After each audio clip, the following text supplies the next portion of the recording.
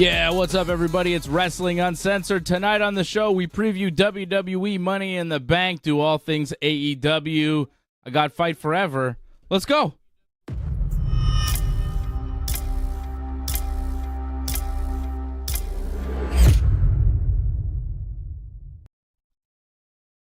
Hey, it's me. I'm here. How's everybody doing? Welcome to Wrestling Uncensored. Oh, he's not there. He'll be here tomorrow. That's just me. I think John is with us, but I'm not even sure. I had John. I don't think I have John. I think John is experiencing technical difficulties, so I'm going to rely on you guys in the chat to talk to me. Oh, his computer is crashing, he's telling me. Uh-oh. Uh-oh. We're having Johnny North tech problems. Hit me up on the super chat to get Johnny North a new computer, I guess. I don't know what's going on with Johnny. Hopefully he can fix whatever's going on with him and come on. If he can't be on his computer, maybe we can get him somewhere else. Well, welcome to the show. Starting off, I was talking to Johnny before the show started, and then he disappeared on me. And now he's texting me and telling me his computer is messing up. I am watching AEW Rampage as well. We got a lot of pro wrestling to talk about tonight. Hopefully I could talk about it with my buddy John. We're going to be back here tomorrow for WWE Money in the Bank. The post show will be on right after Money in the Bank. It's an afternoon show. They're in London, England. So it's a 3 p.m. start. We'll run down WWE Money in the Bank, tell you what's going on, give you our picks. I think there's betting odds as well. We'll try to get to some betting odds before we give you, or no, after the picks. I want to give the picks first. I'm not swayed by the betting odds. You know what I mean? Shout out to everybody watching me in the chat. Solo Dave. Hi, Matthew Henley. Lauren. Alex Tarras. There we go. There's my man. What's up, dude? Well, you know, it's fun with power going out and computer works off and on, but now it's working, so that's good. There you go. I got Johnny. I was nervous here. Alex Tarras in the chat. Ryan Katz. Chris Topsy says, get it together, North. Do you know this guy, Chris Topsy? Do you know him in real life? Yeah. Well, you know him too. Like, he called into the show, remember, one time. Oh, okay. What's up, Chris Topsy? I just don't recognize him because of the username, you know?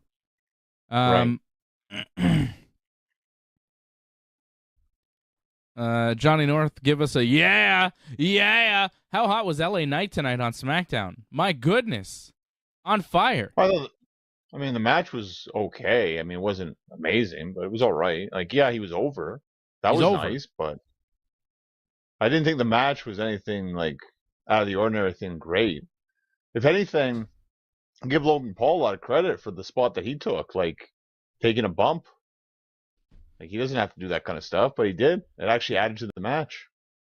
Yeah, I thought he was distracting the match a little bit, though. You know, they were doing their wrestling in the ring. We had a triple threat. It was Santos Escobar, LA Knight, and I want to say, I don't know, I can't even remember. Who was it? Butch. Oh yeah, Butch. Yes, Butch. They had a triple threat, and you know, Logan Paul is outside the ring, prancing around, like distracting the crowd. I didn't like that so much. I was like, hey man, you know, there's guys doing real wrestling in the ring. You should.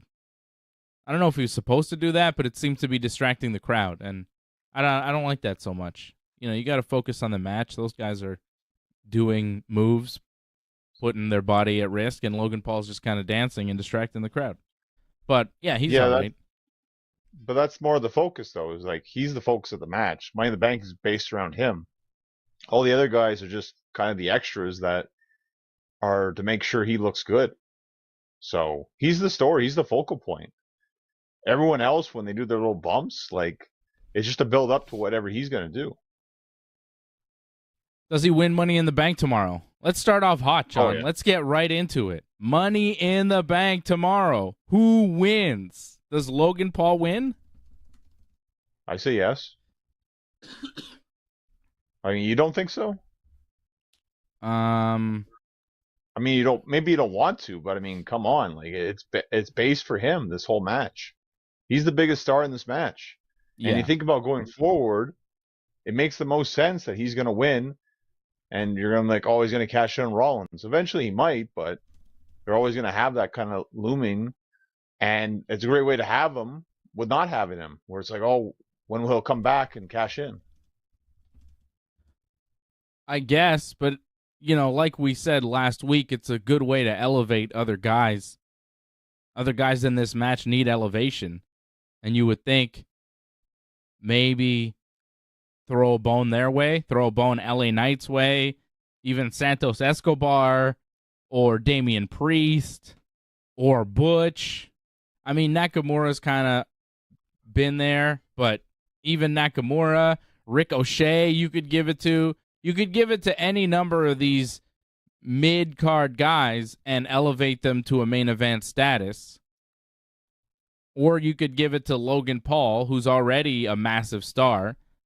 Like, he's standing around. All he has to do is stand up outside the ring, and everybody's looking at him while there's a triple threat match going on. He's obviously the biggest star. He's the only guy who's sold pay-per-views boxing Floyd Mayweather. He's the only guy with his own sports drink that he's chugging ringside. He doesn't really need the Money in the Bank briefcase. He's already there. And I get what you're saying, like it's a good way to have him around and kind of, but I don't see him showing up often enough to tease a bunch of cash-ins. He's just going to cash in a match, probably against Seth Rollins. I don't see him wrestling Roman again. I don't see how that makes sense. But it seems kind of lame. And it's unnecessary because he's already had these title matches without earning them in any way, right? Like, he already wrestled Roman for the belt, and he wrestled Seth, not for the belt, but he wrestled Seth. Like, he's already earned the matches against the big-name guys. Like, I'm looking at the field of Money in the Bank. If any of those guys got to wrestle Roman Reigns or Seth Rollins on pay-per-view, it would be a massive step up for them. But Logan Paul, he's already done it. Like, if Santos Escobar got to wrestle Roman Reigns for the title on pay-per-view, it would be ridiculous for him. But Logan Paul has already been there. You know what I'm saying? Like, he's already made. It would be good to have him in this match. Everybody thinks he's going to win. They all beat up on him, and you make somebody else. You actually make a wrestling star instead of further enhancing the celebrity of Logan Paul. I understand what you're saying here, but I realize WWE is more of a let's focus on making our celebrities important. We've seen this with Bad Bunny in the past. We've seen this with Logan Paul in the past. And I feel like if they can make them even bigger stars in their company, make them more of an interest in the company, they're going to do that more so than focus on their actual talent that they have on a regular basis. Like, and I know you're shaking your head, but that's what they do. That's what they do, though. You say that, but again, Bad Bunny's not winning the Royal Rumble. You know what I'm saying? Damian Priest. He beat Damian Priest, but everybody beats Damian Priest. Well, he decently up there. He got the shot for Money in the Bank. You thought for a while like he was the top favorite until Logan Paul came in there. I thought LA Knight was probably the favorite. But I think you said Priest as well at one point. You're like, maybe. I don't hate Damian Priest. I don't dislike the idea of Damian Priest. I just think it's time for somebody else. It's time for an LA Knight. It's time for a Damian Priest. And with Logan Paul, it's just so unnecessary. It's so unnecessary. And what does he do with the Money in the Bank briefcase? Like, lay it out for me. What happens? He wins Money in the Bank and... He's just going to tease some cash-ins on Seth, which is more likely going to happen. Won't happen right away. But so maybe... He shows up a few times and teases cash-ins on Seth until he actually does it? That's it? Yeah, that's what we get? Yeah. Mid. I'm not saying it's the greatest thing, but that's what they'll love to do because then it teases the fact Logan might show up at any point. How about... And they're big on that. How about you go with a hot new star that the WWE has on their hands without really making him. LA Knight is a guy that was a heel. There's no reason for the fans to be responding to him the way they are. He's turned into a babyface. He's still being booked as a heel, but the fans love him everywhere he goes. And tonight on SmackDown was another example. I love the guy. I think he's fantastic. Yeah. Shoes of a champion. This guy is a classic pro wrestler. Classic style. He's got the look. He's got the attitude. He feels like Steve Austin in a way, where he's worked around wrestling. He's been good, but it's all kind of coming together at this point, and he's getting over despite the company. As a heel, turning into a babyface because the people just love the way he presents himself. They love the swagger. He's a star. And he really has it going right now. It's running on all cylinders. I think this is where you go. I think you got to go with LA Knight. You got to listen to the reaction of the people. And also, you know, from a critical standpoint, he's very good. It's not just that he's over, that he's popular. You look at him and you look at the promo ability, you look at the look, you know, the way he appears. You know, he's a big jack dude, and the wrestling is there. He's got everything going for him. And I think you put LA Knight in there with the Money in the Bank briefcase, challenging Roman Reigns, then you got something. Then you've got a really hot babyface that the people are behind, challenging the biggest heel, strongest wrestler in the company. He may not win. He may. I think you give him the money in the Bank briefcase and you let it ride. You see, okay, how much do they want this? How bad do the people want LA Knight to beat Roman Reigns? You give him the briefcase and you put the idea in the fans' heads like, oh, this guy might beat Roman. And then, you know, he talks about it. He teases it. And we see if we reach a boiling point with LA Knight where the fans just go insane and demand that he beats Roman. And if he doesn't, so be it. You know, if he doesn't get colossally over where the fans are just frothing at the mouth to see him beat Roman Reigns, then, you know, have him lose to Roman Reigns, which is fine. But already he's a super hot babyface that you could either use to, you know, be a star in the future, beat Roman, which I would say probably not, but, or you have him win the Money in the Bank, you make people believe he's the guy to beat Roman, and then you have Roman beat him, which would be great, you know, like Cody.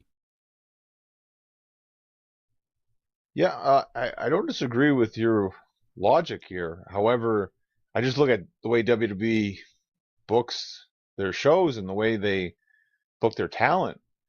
They're always kind of like a year or two behind in terms of what the fans want.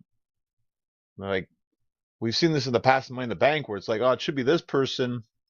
Liv Morgan's the best example. It's like, I thought Liv was kind of over like 2 years ago, Money in the Bank, but they didn't give it to her. They gave it to her the year afterwards. Where it's like, well, you were kind of late to the party on this one. People wanted it now. And then they build it for a year, and it didn't have the same effect. It seemed like it was kind of forced. And I feel like this is going to be the same thing again this year. It's like you want LA Knight to win. You'll have a good showing, but it'll come up short. And then maybe they'll plan it for next year or something, but they'll be late on that one. And I feel like it's kind of the same thing. It's not in their plans for this, for LA Knight to win the briefcase, just to be on the premium live events, a big thing for him because he hasn't really been on many. I hope he wins. I would really like to see him win. I don't think he's going to be more on fire than he is right now. I don't think he's going to get...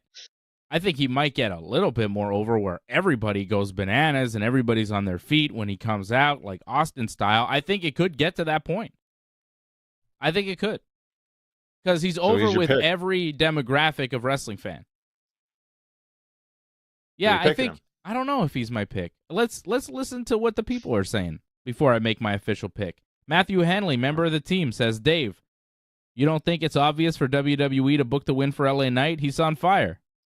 Yeah, well, that's why I think you should go with him. Sometimes you just got to go with who's on fire. He's on fire. Ray Cruz says hello to all. What's up, Ray Cruz? Member of the team over at join.ringsidereport.net. Thank you to all the supporters. Ray Cruz, longtime supporter. Derek John, longtime supporter. What's up, Derek? He says Logan doesn't need Money in the Bank contract to get a title shot. Not sure if you give LA Knight Money in the Bank either. Wow. Well, who's his pick then? I mean, that's interesting there, Derek.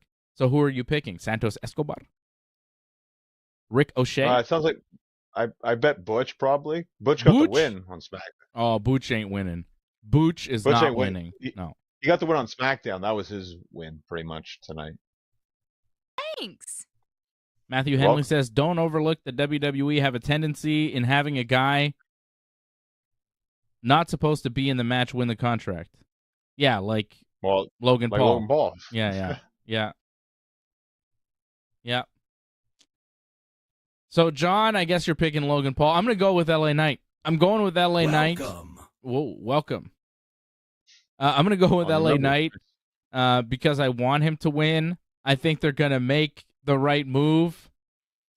I think there are a lot of moves you can make with LA Knight because he wins the Money in the Bank contract. And yeah, he could challenge Roman, but he could challenge Seth. He could challenge Gunther. He could challenge Austin Theoretical. Any number of champions. Yeah, who was that guy on Raw this week? The NXT guy? Carmelo Hayes. Carmelo Hayes. Isaac Hayes' son, Carmelo. So many guys. I know John likes that South Park reference. He could actually challenge him. And Isaac Hayes, yeah, I guess. You could say Shaft, too, as well. Shaft? Anyways, you're picking Logan? Going with AJ's pick. AJ's right. AJ? Was that AJ's pick? Of course it was. Let me talk to you, John. Let me talk to you. Let me give you the betting odds. Because my man, LA Knight is the favorite, minus 300 right now. Okay. What's Logan Paul's?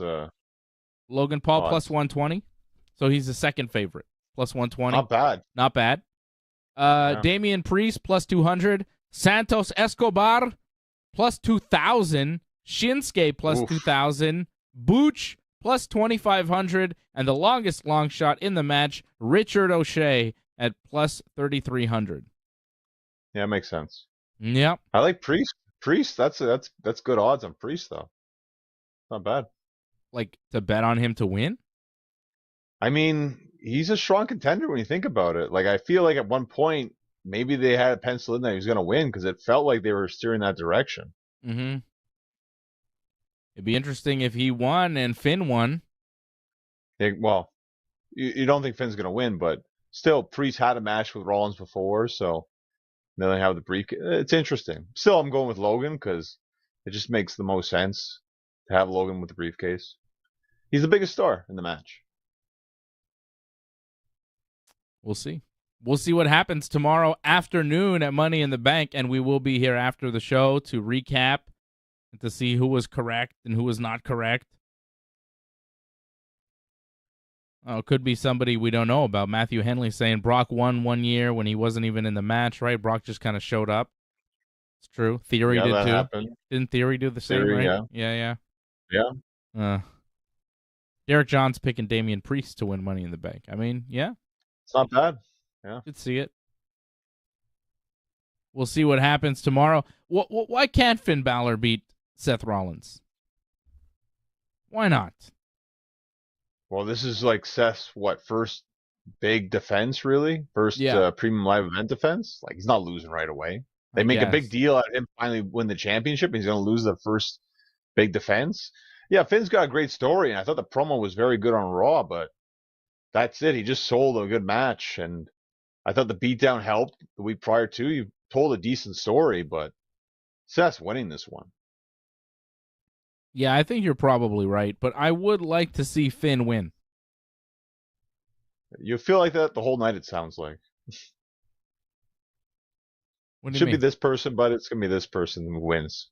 Yeah. That's gonna be pretty much the whole Well, night. no, I just think it would be fun if Finn won, because no one's expecting it, and Seth is a guy who could just take the belt back in a couple months. I think it'd be fun to just give Finn a win, a surprise win, a short run. This title means nothing. Why not? Make it interesting. Because you're gonna have a cash in, right, for that world heavyweight title. So, and last year they didn't cash in, so this year you would think the men's would be successful. So, Isn't a I'm cash not in? expecting. I guess a cash in is Go more. ahead. Well, depends who you give it to. I always feel like a babyface cashing in on a heel champion is the best way to do Money in the Bank, because we've seen it I don't. other ways, and it I don't doesn't always work. I feel Maybe the a heel cashing in on a Yeah. babyface. Yeah, that works. Yeah, that Yeah. probably works better. But I feel like that backfires because they wind up cheering for it. It depends who does it. Depends the timing and all that. Like when Edge did it So- as a heel, everybody loved it because he did it on Cena. Well, that's because it Um, was Cena, and people hated Cena at that point. That's why. I thought That it was was good different. when Big E cashed in on Raw. Yep, That was good. that worked. That was one of those rare times the face thing works, but it can work for the heel too. Though when Edge cashed in on the Undertaker, people didn't want that to happen, Mm-hmm. and that's when you have a beloved champion. The Miz on Randy Orton. Yeah. If you're hated enough, it can work. Yeah. I remember CM Punk's cash in being a real dud. I don't remember exactly who was involved, but I remember it There was didn't two work. of them. Right. One of them was bad. I don't remember either of them. Tell me. I feel the Edge one was okay. The Edge one people want to see. The Jeff Hardy one, it's like no, because Jeff was a face. They're both faces, so that's where it's kind of like Right. that didn't really work Yeah. too well. People didn't want Jeff to lose like that. But then he turned heel off And- of it, didn't he? Yeah, Punk? that's it. That whole storyline happened off. They had to because the fans were so upset that Jeff lost the title. And that was So. great stuff. Yes and no. I mean, it's that real life stuff. That's not so great that happened with Jeff, but The promo he did at the end in Jeff Hardy makeup, talking trash about Jeff Hardy after he'd just been arrested, and Jeff wasn't even with That's the company anymore, was like, yeah, that was rough. what? Why?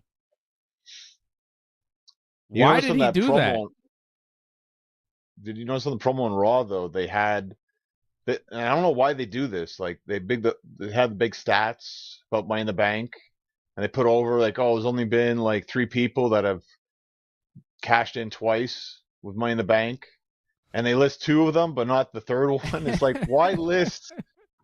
Why mention like it? most of them? But Yeah.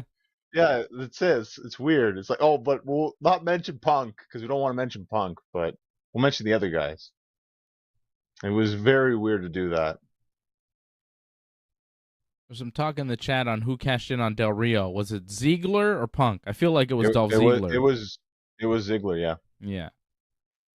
I was on Raw. I think the Mania after Raw, if I'm not mistaken. Yeah. People liked Yeah. that at the time. So I'm going to go with Seth to win. I'm going to go with LA Knight to win Money at the Bank. How about the Bloodline Civil War? Roman Reigns and Solo Sikoa against the Usos. Does this mean there's no rules? Is this like a tornado tag, anything goes type of match? Or is it just a regular tag team match with the Bloodline Civil War name? I had the feeling that it's going to be one of those matches where they're just going to add in, like, oh, it's an ODQ out of nowhere kind of thing, Yeah. Even though it's not announced as that. That's what I'm expecting. So I'm expecting a tag match for the most part because the Usos, that's what they do. They do a lot of tags, even though they're in out of the ring so often. But I expect just a anarchy kind of match like that. And that's fine if it's going to be one of their 3 main events again. Apparently every premium live event has a triple main event show format, whatever. Like, I don't understand why everything has to be a main event. Like, it's kind of ridiculous. Like, what's important? Everything's important now, apparently.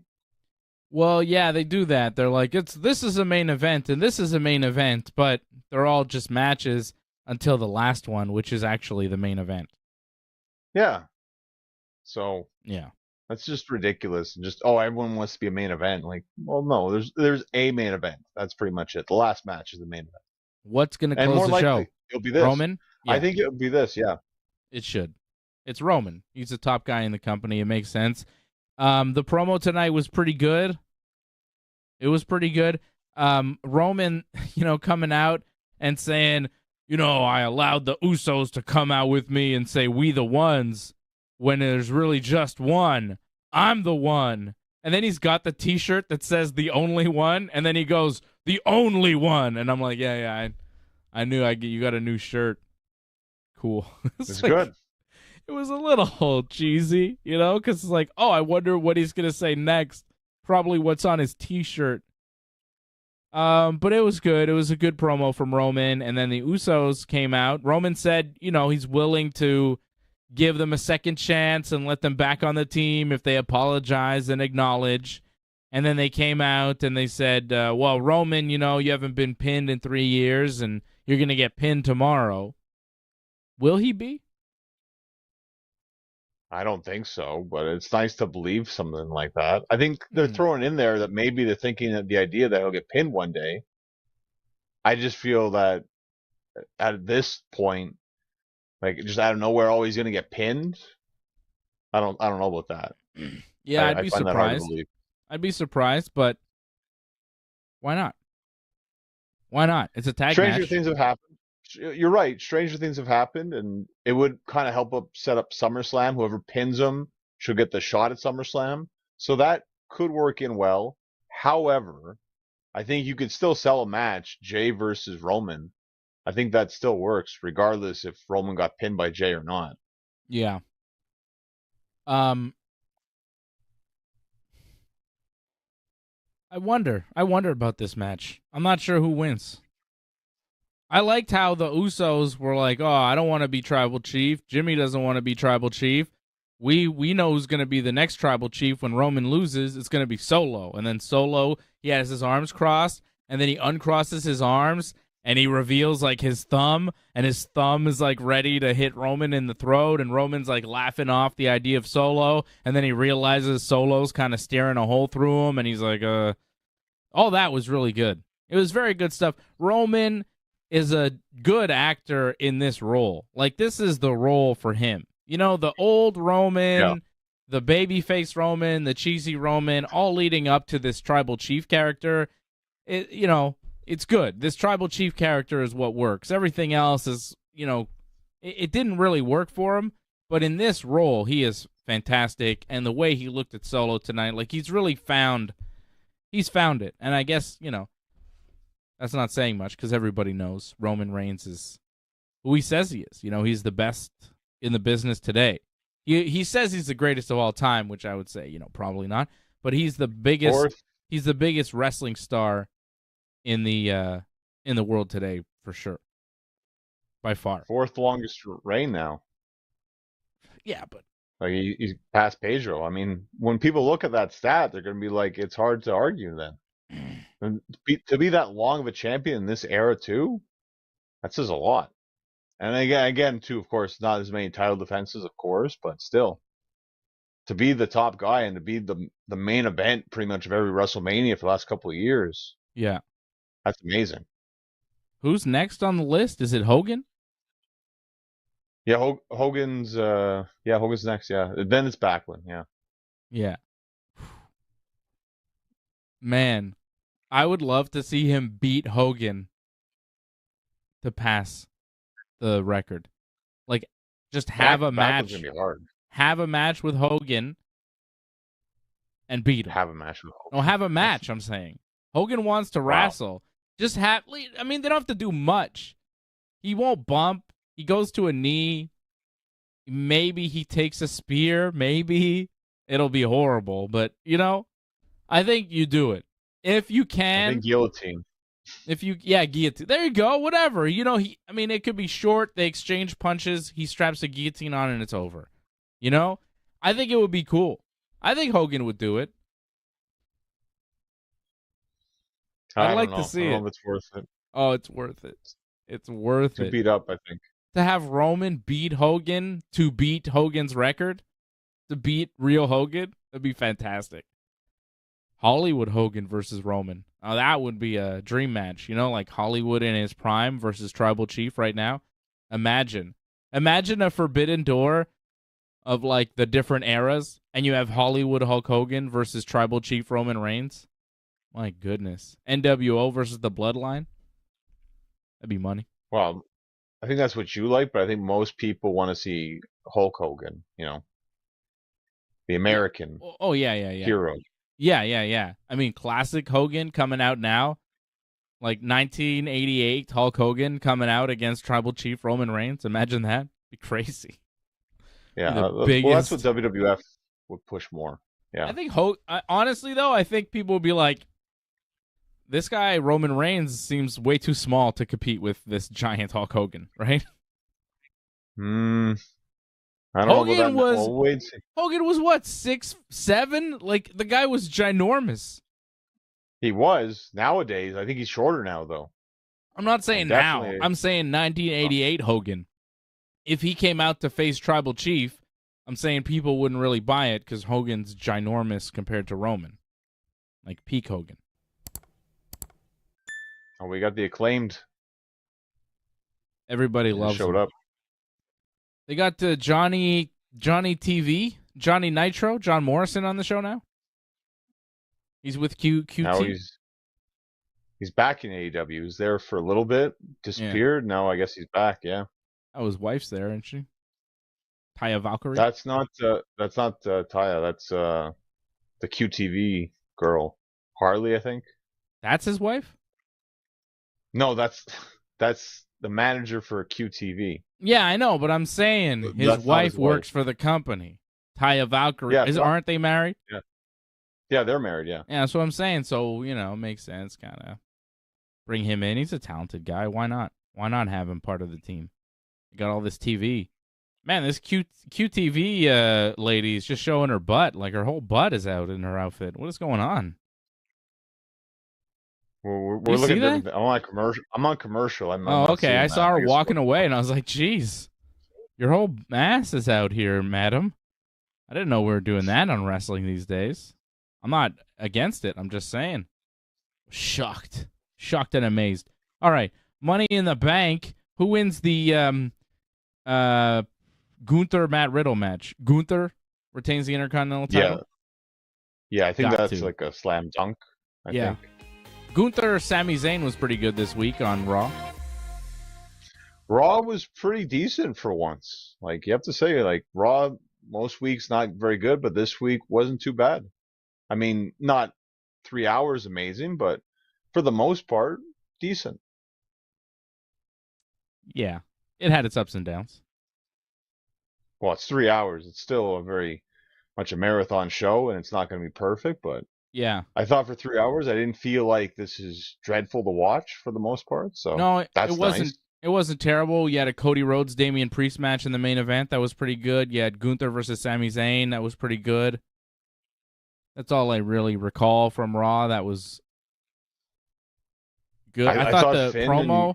I thought the promo that everybody cut in the ring was good. The women's Money in the Bank promo there with Trish and Bayley and Io. I thought that was good.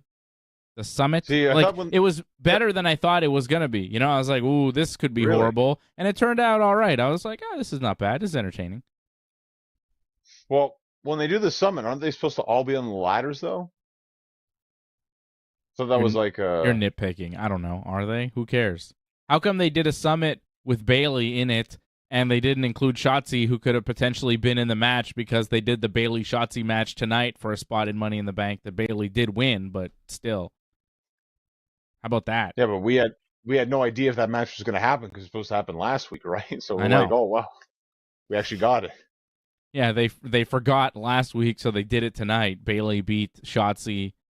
And then they just beat up Shotzi backstage, her and Io, for some reason. They suplexed her on like a table that wasn't it was like a plastic table, and her feet hit the wall.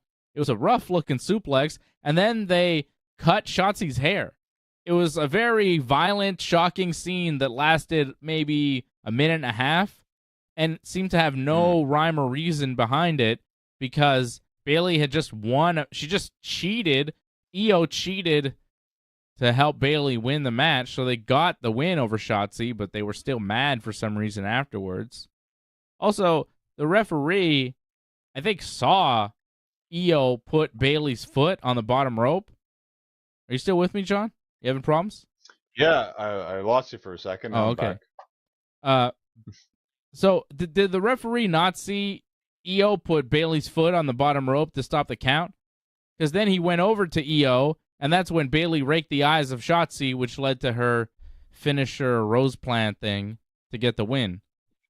The referee just saw them cheat, didn't do anything about it, but whatever. We had some referee issues on SmackDown tonight. The Charlotte-Asuka match. You see where Charlotte had Asuka pinned? And the referee's like, no, she's too close to the bottom rope. You got to move. And then she moves her, and then she goes to pin her again. And he's like, no, still too close. And then she moves her, and she's like frustrated. And she's like, I guess I'll pin her again. And he goes 1, 2, and then Asuka kicks out. And then Charlotte looks at the referee like, really, dude? Really? I mean, I think that referee was just like, protecting himself, but I don't think that was supposed to happen, No, well, it wasn't supposed to happen, but I mean, when that kind of thing happens, you should just move on from it. Don't linger on that, because then the momentum just dies when that stuff like that happens. So, well, it kind of did for a moment there. That match didn't work tonight, Charlotte and Asuka, and they had a DQ finish with Bianca come in and doing her thing and attacking all of them. What's the deal with... So, Bianca Belair was banned from ringside, right? Wasn't allowed to be ringside, but she bought a ticket, which she kept showing. It was like a big paper ticket, and I'm like, no one has those anymore. You buy a ticket to these shows, it's all on your phone. Who are you trying to fool? I bought tickets for this thing. It's all on a Ticketmaster app.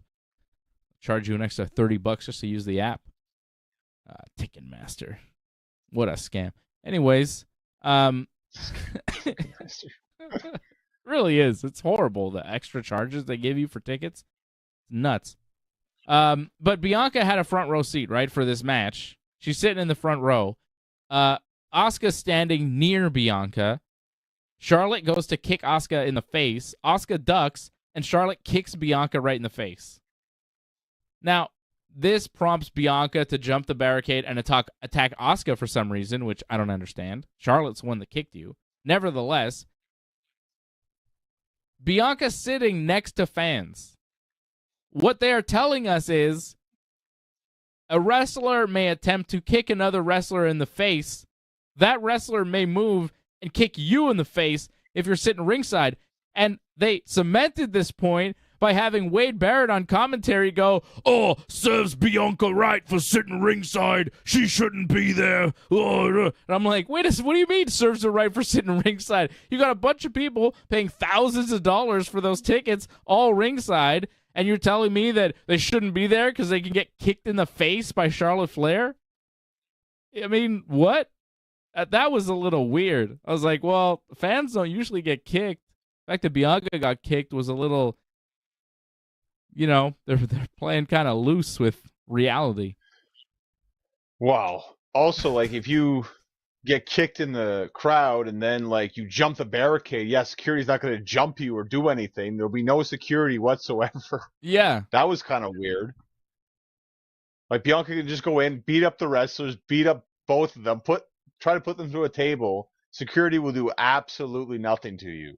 That didn't make any sense. Also... Charlotte and Asuka don't weigh that much because you could slam them both on a table, which Bianca did, and that announce table, which seems to break under the weight of, one man sometimes, it didn't break at all. I don't understand how come that announce table didn't break. I feel like a break would have been more impactful. When she dropped Asuka, I was like, okay, and then she dropped Charlotte on top of her. I was like, surely Charlotte will break this thing, but nope, she's just kind of laid there. And it didn't look like a big slam, because she's going from, like, here to here. Like, the drop is so insignificant. She's not going far. She's just kind of tossing her half a foot off of her. And then Charlotte has to sell like she got killed. But really, if you're watching it, it's like, she's dead after that? Asuka's still down after that? And then Bianca's standing on top, dancing around, If it broke, it would have been like, oh, okay, the announce table broke. There's debris on them. They're all fucked up. But the fact that it didn't break and they're just kind of sitting there, it was a disappointing segment because when I saw Charlotte and Asuka in the ring, Charlotte's got that cool neon green gear. I was like, oh, here we go. This is a WrestleMania main event on SmackDown. This is going to be good. And then it wasn't. It was nothing. And they didn't even announce a triple threat for tomorrow afternoon at Money in the Bank. I wanted to see Asuka, Bianca, Charlotte. Let's settle it. Let's go. But no, I guess we'll have to wait till, SummerSlam. SmackDown next week or SummerSlam, right? I don't know. Everything waits to SummerSlam. Yep. Oh, well. Too bad, right? Well, it's just, I felt this way before. Like, we were at Night of Champions and it felt things were going in a certain direction, but it's like, no, we got to wait to SummerSlam because that's the big show. And they aren't going to do anything new or crazy. They already have stuff set up, so just stretch things to SummerSlam. That's it. That's what they're doing. Yeah, it was a little bit disappointing tonight there. The Charlotte Asuka match wasn't exactly what we were hoping. Will Ronda Rousey and Shayna Baszler beat Liv Morgan and Raquel Rodriguez? Tag team titles on the line. I think the champions retain. Ronda and Shayna should win. Well, this match comes out of almost absolute nowhere, so yes, of course they'll win. Like, I feel like they're only doing this because they want to play up the story that last year Liv cashed in on Ronda, so can she do it again, take another championship from Ronda? But this year I'm expecting Ronda to beat Liv in the match. I think they're doing this because they were going to do this match, but Liv got hurt. Right? Well, maybe that too, sure. Raquel and Liv were the champions, and then they had to vacate their belts because Liv got hurt. Then they had a fatal four-way where Raquel teamed up with, I'm going to say Shotzi, possibly? It was. Yeah. And Ronda and Shayna wound up winning that match and winning the tag titles, but now that Liv is back, it's like, okay, well, Liv and Raquel are a tag team, I guess. Maybe you want to reestablish them as a tag team, but I don't think that they will take their titles back. I think that the intended goal all along was to have Ronda and Shayna take the tag belts from Liv and Raquel. They just never got around to it because Liv got hurt. But I think that was the plan, and now they're going to beat Liv and Raquel because they were always supposed to beat Liv and Raquel. And then they'll move on to, I don't know, beating everybody else. Whoever is left. I don't see Ronda and Shayna getting beat by anybody anytime soon. Nor should they. That'd be like They're team. Fantastic. Ronda was good too this week. Ronda had a match with Raquel. She beat Raquel. It was good on Raw. Yeah, it was a decent match. Not bad. The finish, again, not great, but not their fault in a sense with the stupid interference. But that was, again, like Shayna pulled, I think, Ronda or pulled Raquel, and the referee saw it and did nothing about it. Yeah. But I just like seeing a Monday Night Raw where you have the stars wrestling. You know, Ronda had a match, Cody had a match. It felt like Gunther had a match. You know what I mean? Like they threw out their big stars on Raw this week. So that was good. And they're all wrestling again here at the pay-per-view. Ronda and Shayna should get the win over Liv and Raquel. Gunther should get the win over Matt Riddle. I love Gunther, man. He's so good. The presence. What presence? What presence? Fantastic. He's good, but he's so believable, you know? No, I agree with you, but I feel that KO and Sammy are like the best thing right now in terms of like matches, and it's a shame that they're not on this premium live event because weekly they're the best thing on television to watch. Yeah, they're not in terms of the promo, not the promos, but the matches.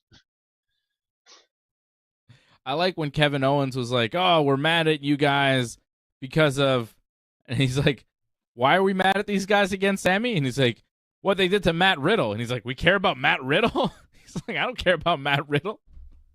But he's like, "Okay, yeah, because of what you did to Matt Riddle." I thought that was funny. Kevin is, making it work in a way. It's not terrible that Kevin didn't go bananas this week like he has been over the past several weeks. It was a little different this week.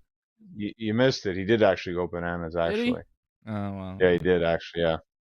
Well, whatever. I mean, they're good, and they had their big match tonight on SmackDown, right? They had their match against Pretty Deadly. Yes, boy. Those guys lost. Pretty Deadly, obviously. But that was a tag title defense. Why? Well, you didn't notice? It seemed like he injured his ankle. He took his shoe off afterwards. I thought he was selling. And yet, yeah, but why'd take the shoe off though? That was weird. To that make you think he's really hurt. But if you saw the way the finish came all together, it's just Sammy's doing a comeback, boom, boom, boom, and then Kevin just rolls in, stunner. There was no elaborate back and forth, nothing like that. It's just, let's just get to the finish right away kind of thing. I mean, maybe it's a sell job, very possible, but the way that finish went down has me questioning if that was an injury or not. I hope he's all right. That would suck. That would be terrible. Yeah, it would. I mean, because they're just getting started with whatever they're doing. And if you stop it now and Kevin's hurt, where does Sammy go? Well, he'll be okay, but I mean, they have a good thing going. It's just, it would be good to keep it going, I think. Yeah. Although at the same time, I feel like you need top single stars on Raw, and Kevin and Sammy don't have much competition in the tag division. I mean, look at their tag title defense. They're wrestling Pretty Deadly. New guys from NXT, and they're not on the pay-per-view. I think that if they weren't a tag team, they might be on this pay-per-view. These guys main evented WrestleMania. They've been on all the pay-per-views. They've been on all the main events. They're not on the pay-per-view tomorrow. They're not in Money in the Bank. They're not competing for anything. They're the tag team champions defending against Pretty Deadly. And this is exactly what I was saying a few months ago when they won this thing. The tag division is pretty weak. You wrestle the Street Profits. As soon as you're done with the Usos, you got nothing. You got the Street Profits. You got Pretty Deadly. There's not much to work with. And we're seeing that. So I don't want Kevin to be injured, but maybe it would actually be good long-term for Sammy and Kevin when he comes back for them not to be tag team champions at the very least, because I think it's a death sentence. WWE doesn't care about tag team wrestling. Well, I get that, but they're elevating the tag team division, and plus they're on Raw and SmackDown because of it. Yeah. So you get more of them every week, so that's not a bad thing whatsoever. So while the teams kind of get risen by them helping them, I think it just helps everyone. And Kevin and Sammy get to be showcased all the time. Yeah. Let it run as long as it can run is what I'm saying.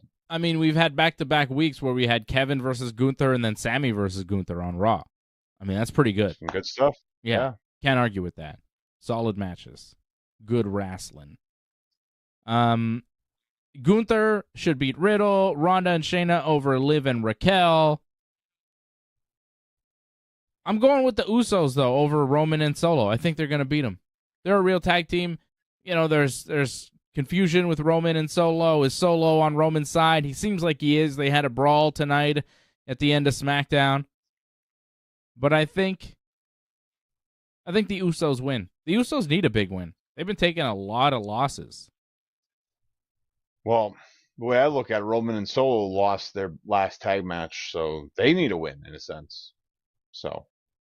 And the Usos have all the over in this. They beat down Roman 2 shows in a row now. So I feel Roman Solo need to win more. All right, so you're going with them? Yeah. All right. Seth Rollins over Finn Balor. How about Cody Rhodes and Dominic Mysterio? One-on-one. I'm not going to really debate this. I mean, it's obvious it's Cody. I mean, if anything, this should not be very long. 5 minutes at most, but it'll probably be dragged out to 10. But, I mean, first match, that's fine, I think. This first match on the show will be all right. I think Dominic's going to win. Wow.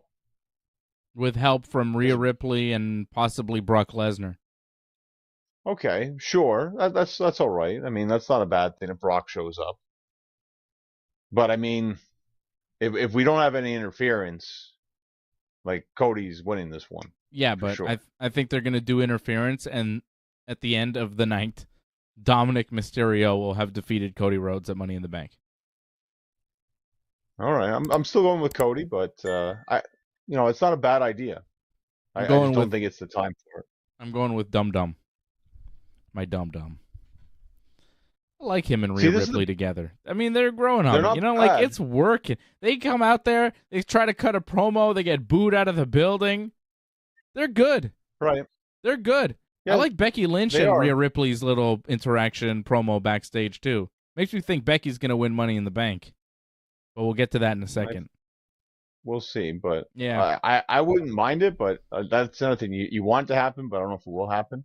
Yeah. But with Rhea and Dom, I think it worked better if they gave Dom some big wins before this happened. Like, he's really beaten nobody, and you saw it on Raw. He beat Tozawa, and he didn't really beat Tozawa. I mean, Rhea pretty much did it for him. So this is why, I don't think him being Cody makes a lot of sense, because he doesn't really show that he can have those big kind of matches. He did it with his dad, and that's about it. And Cody, I think, will elevate him to a big match, but I don't see them putting Dom over, though. But, I mean, the clown car of interferences, sure. I mean, anyone can go over with that stuff. Shout out to P. Beaver on Rumble for the $5 drop. Thank you there, P. Beaver over on Rumble. I think Brock Lesnar's going to interfere and attack Cody, cause some sort of screwy finish where Dominic winds up winning. I saw some rumor where they were gearing up something really big for Dominic Mysterio. He is the hottest heel in the company.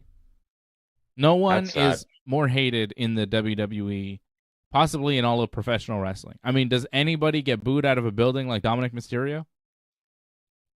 Every week, okay, fine, everywhere he goes, they hate him. That's good and great and everything, but in terms of the matches, it's some of the worst matches you'll see in WWE. So, I mean, that's great that he's over, but when you can't put that into the ring as well, you can't tell a good story, it doesn't really work as well. It only works as far as it can go, kind of thing. It's fine that Cody can bring something out of him, in a sense, where you get a little bit of heat on him and hopefully bring him into a couple of spots where it's oh, this would be kind of interesting what he could do. But we've seen him in the past, and I've complained many times. His strikes are some of the worst strikes in wrestling, and there's some bad strikes in wrestling, but Dom is definitely top tier terrible. Yep, I can't argue with that. He is not a great in-ring wrestler, but I think he's learning. He's going to wrestle Cody. He'll be a better wrestler after the match, and he's becoming a better wrestler after having all these matches with all these guys, and eventually he might get okay or good. Who knows? But right now, he is absolutely hated, and that's good for something. That's good enough to get a match with Cody Rhodes at Money in the Bank, and it might get him a win, and who knows? But him and Rhea Ripley, man, they're an interesting act. They're different. Good. They're different. The weak man, the strong woman. We haven't really seen a combination like this since maybe Chyna and Triple H. Maybe Santino and Beth Phoenix, but that was a more comedic thing. This is different. This is a different thing than Chyna and Triple H. It's a different thing than Santino and Beth Phoenix. It's Triple H wasn't really weak, though. No, well, that's it. Triple H wasn't really weak, but Chyna did seem stronger than him, didn't she? Yeah. But Triple H wasn't a pushover. No, but it's he still needed help to win, kind of thing. Where Dom is a complete pushover. Yeah, and Rhea is just the muscle for him, which I think is great. But she's also competing in the women's division. She's the women's champion. She's a hell of an addition to Dominic Mysterio. I think without Rhea Ripley, Dominic Mysterio is nowhere near what he is. She adds so much to his character, and you say vice versa too. Say it again. You say it the same way back as well. Rhea Dom adds a lot to Rhea too. He does. He does. They're really good for each other. And they've got chemistry there. They're a good team. They're a really good team. I like it. I like Rhea Ripley. A lot. I mean, she is a megastar. They said Charlotte was a megastar tonight. Well, she is, but her and Charlotte had a hell of a match at WrestleMania, didn't they? I think it was the best match at WrestleMania, one of the best matches all year. It was good. It was definitely up there. I mean, it's tough. We're getting to a point now where it's like there's been a lot of good matches this year. So yeah, I mean, it's one of the good matches this year, one of the best matches you've seen this year. I don't know if it was the best match you've seen this year because in WWE, it's tough, man. It's tough because even Roman and Cody, that was really good. Yeah, I thought Charlotte and Rhea was the better match. And I thought Charlotte and I think in WWE, like, I'm having a hard time finding a better match. I mean, the three-way Gunther versus Drew versus Sheamus was also very good. Yeah. That Gunther versus Sheamus match, I don't remember what pay-per-view it was at. I think it was this year, though, wasn't it? I feel it was last year, actually, so okay. It doesn't really count. Okay. I mean, yeah, I think. I don't know all the matches. I'd have to do a little research to say what the best match of this year. But off the top of my head, I'd say probably Rhea Charlotte in WWE so far. A little more than halfway through the year, and in AEW, I'd say MJF and Bryan Danielson. Despite how great Ospreay and Kenny was this weekend, I'd still say MJF, Bryan Danielson. That's surprising. Really? Yeah, I thought you would feel differently after that match, but okay. No, it was really good. I'm not saying it was bad. I'm just saying I preferred MJF, Bryan Danielson. It's a matter of preference. Okay, let's get to what I think is the most compelling match on this card, the Women's Money in the Bank ladder match. Because I really don't know. I don't know. I think it could go many different ways. I think I agree. Trish Stratus could win. I think Becky Lynch could win. I agree, yeah. I think Zelina Vega could win. I think not so much. Bayley could win. Io Sky could win. Zoe Stark could win. But probably not. Probably not. Yeah, but I would say Trish, Becky, Io, Zelina all have a chance to win. Bayley and Zoe, I'd say probably not, because Bayley pointed out this week that she is the only woman in the match that has won this Money in the Bank briefcase before. And her pointing that out also made me look at Becky Lynch, and the camera looked at Becky Lynch, and Bayley looked at Becky Lynch. Everybody looked at Becky Lynch when they said, when Bayley's like, I'm the only one who's won this, and everybody looked at Becky like, oh, you didn't win this? You haven't done this yet? It seems like something that she would do. She would have done. Yeah. And she will probably get to do at some point in her career. Will it be tomorrow afternoon? I don't know. You've got who I used to consider the greatest of all time, Trish Stratus, in the match as well. I mean, Charlotte Flair has since surpassed her quite a bit. You could say the greatest for her time. She's the greatest for her time, but greatest of all time, I would say, is the Queen. Greatest women's wrestler of all time. Of all time? Is it Charlotte's up there? There's no question. She's such a star, man. She's such a star. No one has ever had the gravitas of a Charlotte Flair. Like she's as important to pro wrestling as her dad was. Right, but what Becky and Ronda did too, though, like that rivalry was huge. Like I don't feel Charlotte's had that kind of rivalry though. She's in terms of herself, yes, but in terms of having that rivalry, she never really had that big time rivalry. Her and Asuka have something going. They've had quite a bit. Her and Rhea Ripley, but that's the thing. Charlotte is the prize. Everybody goes after Charlotte. She doesn't need a rival. She doesn't need one. That's one point, yeah. Well, that's interesting. Well, she had Sasha when you think about it. Yeah, and she has Becky too. Yeah, Becky has a lot though. That's the thing, and that's where you kind of there's a debate there because Becky has big rivalries, more than Charlotte. Yeah, but Charlotte is more important now than Becky is, and Charlotte has been more important for most of her career. Where Becky has, she hit a huge peak, but she hasn't remained as Charlotte has. It's a very interesting debate, and a lot will have to wait in terms of how their careers will all end up too. But it's interesting. I mean, they're all up there when you think about it. Of course, they're all amazing, and you could have that debate for sure because they're all so great. Who wins? I say, can I say who I want to win? Yeah, I want sure. Trish to win. That'd be nice. It's goddamn Trish Stratus. None of them will be there without Trish. Thank you, Trish. I'm going to thank Trish. I love that gimmick because it's true. And she's coming off as a heel saying it, but, she's great. And her promos are so good. She elevates everybody when she's in there. She's so naturally evil. This character's so good for her. I was a little skeptical when they first started it, but she's dug in. She's so good. She's a great talent. One of the best ever. I mean, you could debate her or Charlotte, I would say. I would put those two. Trish is, I got a soft spot for Trish Stratus. How could you not? If you're a longtime wrestling fan, especially a longtime Canadian wrestling fan like I am, I love Trish. Well, so I'd like to see her, this comeback run. Give her Money in the Bank. It'd be cool. But I don't think they're going to give it to Trish. I think they're going to give it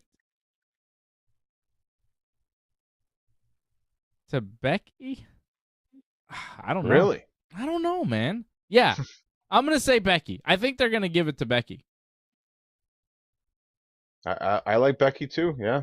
Just the way everything's come together the last couple of weeks, it feels like we're shifting in that direction. And someone made a great point too. We have two heel champions, and there's no title defenses on Money in the Bank, so we're not going to have an instant cash-in like we had the last couple of years. Oh. So you're going to have heel champions going forward. A face winning Money in the Bank makes a lot of sense. Who's the most over person in the match? It's Becky. So, yeah, give it to Becky. It makes sense. Ray Cruz says a face will probably win in Money in the Bank. Both female champions are heels. You're probably right. Becky might win this. Chris Topsy says, I believe it will be Bex too. So it looks like we're pretty much on the same page here. Matthew Henley's picking Zelina Vega. Yeah, I'm sure the odds are not with us. I'm sure it's wide open, this field in this one. Okay, you want to hear some interesting odds? Because it's not wide open. There is one favorite that is huge. A very heavy favorite, and it's not anybody we picked. Okay. Take a guess. Well, before I had Becky, I had Io Sky, so. I should have got my first one. Io Sky. I'll go Becky now. Things change. Fantastic. I love Io Sky in many different ways. Minus 600, the favorite to win, Io Sky. Becky Lynch. Becky Lynch plus 400. So second favorite. Bayley plus 800. Zoe Stark plus 800. Trish Stratus plus 1,200. That's not a bad bet. Not a bad bet. Plus 1,200 on old Trish. And Zelina Vega plus 2,000. Yeah, it makes sense. No offense to Zelina, but she's not going to win this one. Yeah. Io. Yeah. Well, I'm going Becky, but yeah, I was going to say, I wouldn't mind Io winning. I'd like to see that. Yeah. I'm going for Io to win everything. I love Io. She could do everything. She should be a megastar in WWE. I think she's fantastic. So you're not picking Becky now? No, I think Becky will win. I'm picking Becky. I'm still sticking with Becky, even though the odds are making me, wonder. But I'd be very happy to see Io win. She's excellent. Great wrestler, great look, great promo in Japanese, everything. I don't understand what she's saying, but I don't care. Works for me.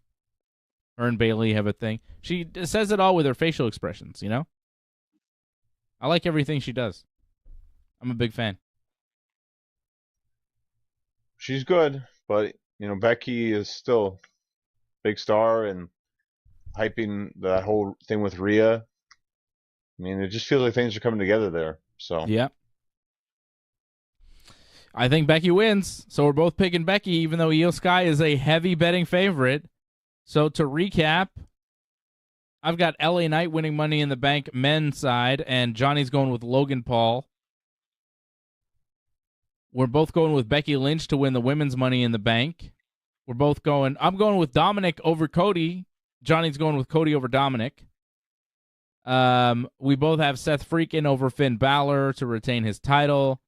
I've got the Usos. Johnny's going with Roman and Solo.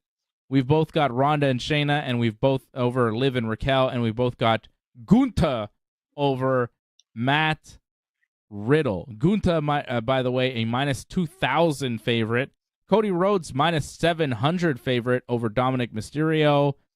Shayna and Ronda, a minus 10,000 favorite in their match. Io Sky, like I said, favorite to win the Money in the Bank, minus 600. LA Knight, minus 300 to win that one. Roman and Solo, minus 140. Usos, plus 110. So it's close. You know? Yeah, it's not bad. It's close. Seth Rollins, minus 2,000. And that's Money in the Bank. Tomorrow afternoon, we'll be on right afterwards to see how our picks went and to tell you how the show went and discuss and give you our match of the night and score on 10 on the whole show. You know how we do it here on the Ringside Report Network. Johnny North knows how we do it. Well, if you don't know how we do it, you have to watch tomorrow afternoon, Eastern Standard Time. Yeah, if you've never seen us before, do a post show. Definitely tune in tomorrow. I know we'll have many new viewers tomorrow afternoon, right after Money at the Bank. And it will take place. Our post show will be somewhere around, I'm saying, 6 p.m. It starts at 3 p.m. Eastern, right? So 6? We can only hope. 6 We can only hope. Yeah. We'll see. Money in the Bank tomorrow afternoon. And I want to take a moment to acknowledge the death of the great Darren Drozdov. That's sad. Passed away. Sad. Who Very became, he was paralyzed in a horrible accident in the wrestling ring with D'Lo Brown. I still remember it. And well, you didn't see it, but yeah. No, we didn't see it, but I remember when it happened. It was like such a tragic thing. It was the first thing in wrestling that made me think, wow, these guys can get really hurt. Like up until that point, you never saw a guy paralyzed from a wrestling move. Didn't really happen. Well, ECW played off a lot of angles like that, but didn't actually happen. Some guys got seriously hurt, but they still played off of it, Yeah. But like Sabu, always came out with his neck in a cast, but still, whatever. Yeah, but still wrestled. I mean, this was real. You know what I mean? Like, Droz was legit. Yeah. And that was it. Like, he was a wrestler. He was there. Former NFL player. He was in LOD 2000 with Hawk and Animal. He was, he was a guy in wrestling, in WWF, and then just a move that D'Lo had performed thousands of times goes wrong, and he winds up paralyzed, and it was just so scary. It was a real shocker for pro wrestling, and apparently WWE's taking care of him financially in their way ever since. I don't know exactly the details, but, they didn't just kind of turn their back on him, which is good. But so he passed away over the weekend, and sad. The whole story was sad, but he wound up living a good and happy life, and he lived, and he didn't let it stop him from living and enjoying himself. So rest in peace to Droz, a.k.a. Puke, right? Remember, of course, if you've seen, was it Beyond the Mat? It was Beyond the Mat, right? Where Vince goes, he's gonna puke, and the guy could vomit on command, and that was like his first gimmick in wrestling, and it was not great. Wasn't he with Albert? Did he come out with Albert? Yeah. And that was the first time we saw Albert too, right? Lord Tensai? I believe so, yeah. Yeah. Yep. Yeah. Well, I think Droz, originally I think I saw him in ECW first. He was just randomly there. Huh. Yeah, because I think that was when they were just taking talent they weren't using WWE. Like Brackus was in ECW for a little bit, so Droz was just randomly there for a couple of shows until WWE decided to use him. Mm-hmm. And they used him for that. Then, like I said, LOD 2000 happened. And that was pretty much like, I think, his peak. And then that broke up, and then the injury happened, sadly. Yeah. Yep, not a super long time in the WWF, but a guy I'll always remember in pro wrestling. So rest in peace to Darren Drozdov. We should talk a little bit about AEW and what's going on over there in that world. We didn't have you. A Collision? Wow, I don't know. We didn't have you for the Forbidden Door post show, right? What do you have thoughts? I mean, I talked about Forbidden Door on Sunday night with my brother. Do you have thoughts on Forbidden Door, Collision? What do you want to? We'll go Collision just in terms of like the order, because Collision was first, right? Okay. And I think it's great to give a great shout out to Jeremy Prophet, former co-host on this show. It was me. Yeah. He made his AEW Collision debut, his first AEW match of this year. Wrestled Powerhouse Hobbs. So that was pretty awesome. Got squizzoshed by Powerhouse Hobbs. That like clothesline combination that he took. That looked brutal. That looked really brutal. But yeah, Jeremy's so tough.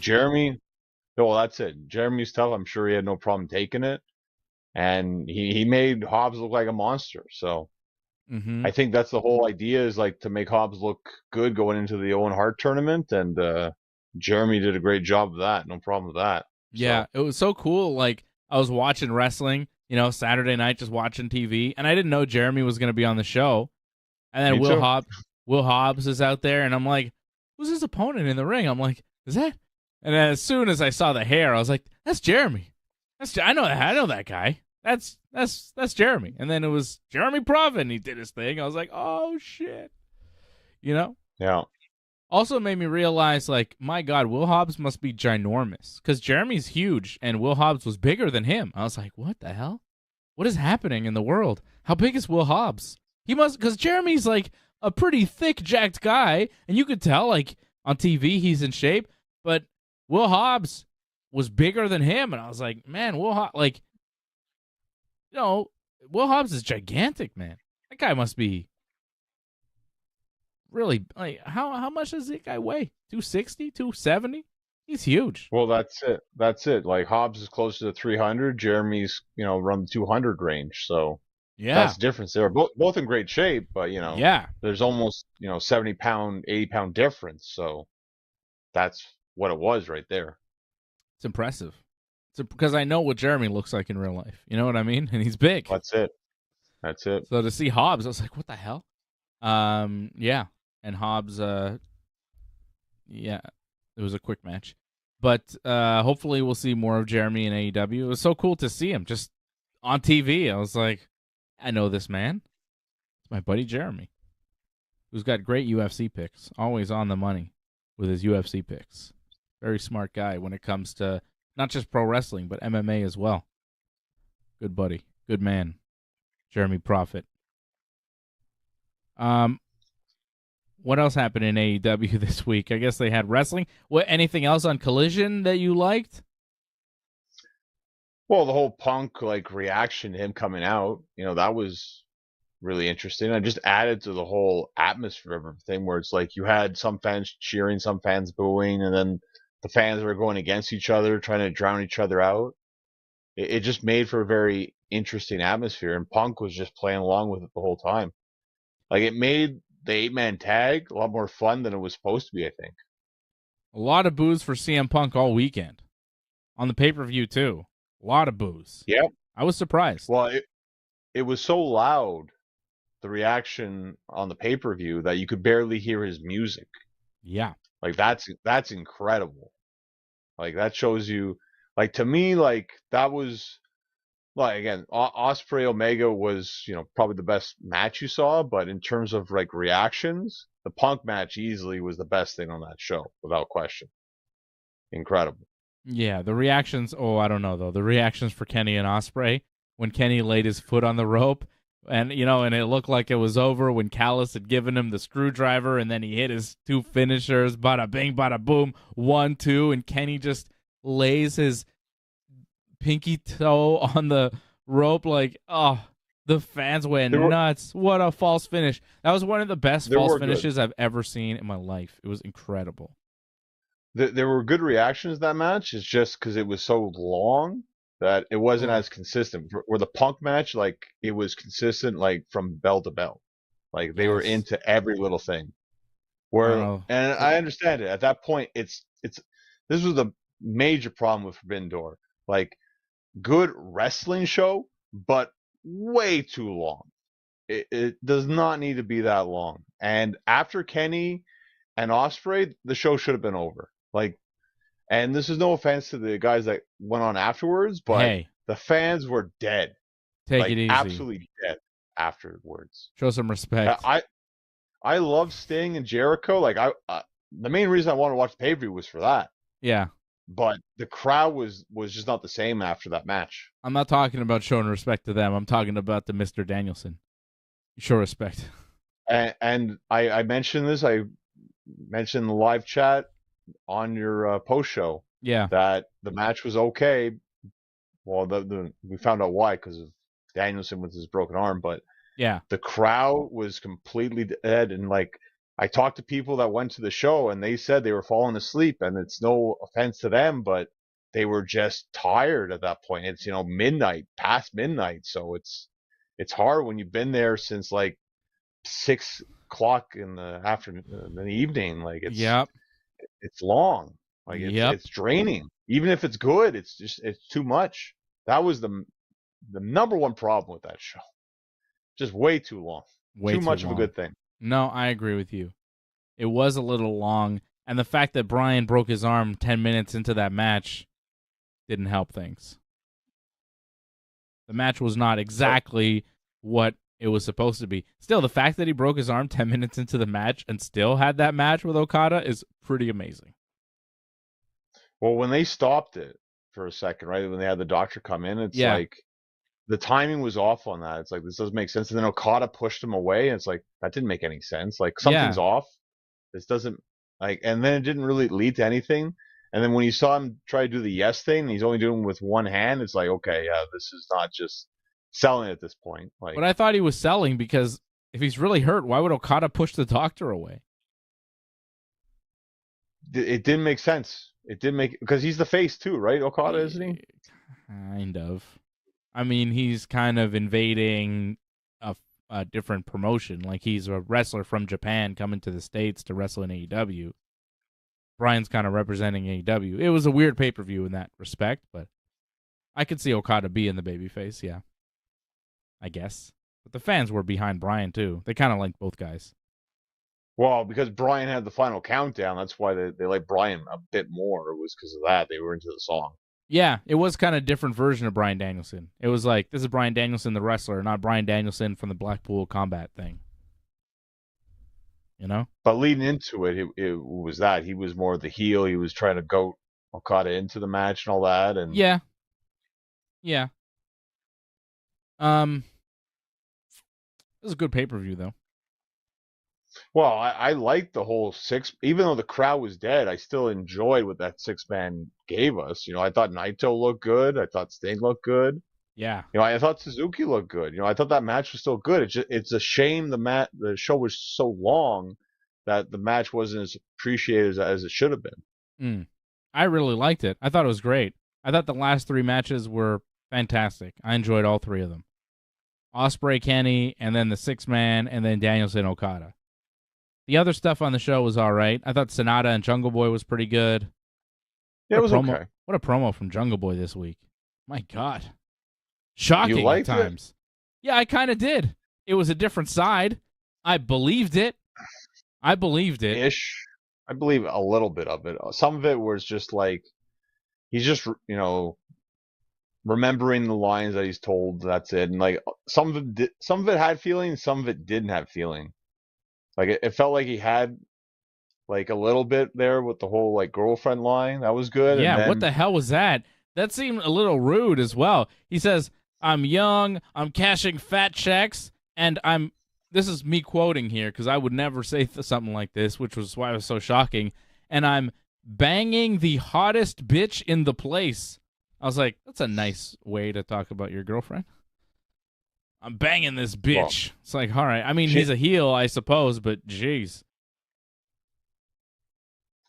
Doesn't she have a shirt or something about, like, I have that ass or something, or the best ass or something, or something about her ass. She's got some sort of ass shirt. I don't know exactly. Does it say bitch on it too? I'm the ass bitch. I don't know what it is. I don't know exactly, but I think she likes that kind of talk, possibly. So Cosmo Kramer, the ass man. I'm Cosmo Kramer, the ass man. That? No? Something? Possibly. I don't know what her shirt is. I don't know, but it doesn't matter what her shirt says. Anna Jay, we're talking about. If you don't know, Jungle Boy is in a apparently sexual relationship with Anna Jay, according to him on his TV show. I thought it was all right. I didn't hate the Jungle Boy promo. I liked the attitude of it. I mean, yeah, he needs work, but I thought it was better than what he was, which was this like kind of weak baby face. Like, I'm just gonna go out there and win a championship. It's like, all right, cool. What else can you do? The problem is you have some very strong promos in AEW. You know, he's nowhere near the top level when it comes to the promos. So it's like, we're going to give him time when we could rather hear from MJF. We could hear from Christian, Punk. Like, yeah. Like, if anything, like, give him the little snippet promos, the little backstage things, and that's about it. Don't give him out live in a mic. Like, it just felt like he dragged a little bit. He was trying to get his point. He got frustrated by the fans, and then it kind of lost his direction a bit. And then Hook came out and chased him away. I think they kind of had to do it, though. You have to have a good establishing promo to explain who this new character is, why he attacked Hook, why he's turning heel. And I thought that he did enough to get there. I thought he did enough to get there and to figure out who he is. Like, he's going to talk a big game, and then when Hook comes out, he's going to run away. Like, he was talking about beating Hook and taking the FTW title, and then Hook actually shows up and he runs away like a cowardly heel. So, okay, that's what he is. Maybe he'll start coming out with Anna Jay, because I don't know what Anna Jay's doing. I think she's still in the Jericho Society, but she's barely there. I never see her with Chris Jericho, so maybe she should be with Jungle Boy, and I think that would add to the character. It would get him more heat. She could help him win matches as a cowardly heel. I think there's something there. It's not fully formed, but I like the direction of it. And, if Jungle Boy's feuding with Hook, somebody's got to talk, because Hook sure doesn't. We've never heard this boy speak. So let's let somebody talk for this match that's going to happen at some point. Probably a couple matches, I'm guessing. I didn't hate it. How about again? We don't need to see it every week. Him talking. That's all I'm saying. How about the main event of Dynamite tonight? We got more of Sting and Darby against Chris Jericho and Sammy Guevara. They dropped their Japanese partners, no Suzuki, no Naito, but we got another match, and this was a tornado tag with no rules. Anything went. Sting went off the top of a ladder and put Sammy through one of the tables that was set up. So Sammy was on two, and I'm talking about. This happened on Wednesday. If you didn't see it, you might go, he went off a ladder through Sting? Isn't he like 63 years old? Yeah. That guy, Steve Borden. 64 years old. So Sammy was on two tables, and Sting Darby goes to the top of the ladder, and he's going to do a dive, and then Sting goes to the ladder, and he's like, no, allow me. So then Sting does the dive. One of the tables breaks with Sammy on it, but the other table didn't quite break, and Sting landed and smacked it right with his mouth, and then he was busted open the hard way. He got legit hurt there. Maybe lost a tooth. I don't know, but he was bleeding from his lip, mouth area. I don't know where exactly he was cut, but it was a rough landing for the Stinger. And, it's one of those types of matches where things can go wrong. But he hung in there. I thought the match was a whole lot of fun. And Sting made Chris Jericho tap to the Scorpion Deathlock in the main event of Dynamite this week. Which, I'm good with that. That's fun. It was fun. I enjoy seeing Stinger do that stuff. I worry about him because he's 64 years old and sometimes he looks a little banged up. But, hey, he seems to be able to do it because, the match on Sunday at the pay-per-view looked tough on him, but he's right back in the mix on Wednesday jumping off ladders. So this guy's resilient. Very impressive. Very impressive that he's still able to do this. I'm baffled. I'm baffled by the man's ability to still go out there and do this. And not just do it, but do it on a Sunday and then come back and do it even crazier on a Wednesday. Okay, do it once a month, fine. But the fact that they did it again on Wednesday and it was that match that they pulled off, and Jericho's no young man either. I mean, Sammy and Darby can do these matches all day, no problem, whatever. But Jericho and Sting are going out there and it's tremendous. Legends. Well, let's not forget, too, he took the 630 through the table on the outside on Sunday. Yeah. And then, to come back what the hell, on man? Wednesday to do this was quite incredible. I was amazed. Usually Sting, he wrestles 1 week and then, maybe you wait a month or two and you might get another Sting match. But to do 2 matches in 1 week and of that extreme style, that's amazing. I can't believe he did that. I feel bad that he did do that because that must have taken a huge toll on him to do that. And I hope we actually don't see another Sting match for a bit, and that he takes some time, because doing that's going to definitely shorten his career, whatever is going to be left. Shorten his career? I don't think anything can shorten his career. The man's been wrestling for 100 years. What are you talking about? Shorten his career. I think anything at this point is... This pace is not, it's not good for him. He can't keep doing this week in, week out. No, he won't. He won't. I feel that it's just because he really wanted to do the match with Jericho. He felt like he didn't get enough with Jericho, and they probably felt, let's do another one. So, and I get it. I've wanted to see that match for a while, Sting and Darby against Jericho and Sammy. Yeah, I'm cool with that. If we get more of it, that's definitely good. And it ended with them too. That's perfect. Just now, let's calm down a little bit and preserve Sting as long as we can. Give me the one-on-one. I don't know if we need the one-on-one at this point. See, this is a big question now. So what do you do with Sting at All In? Do we do Sting and Jericho again or something else? I don't know. All In is August 1st. It's coming up, I guess.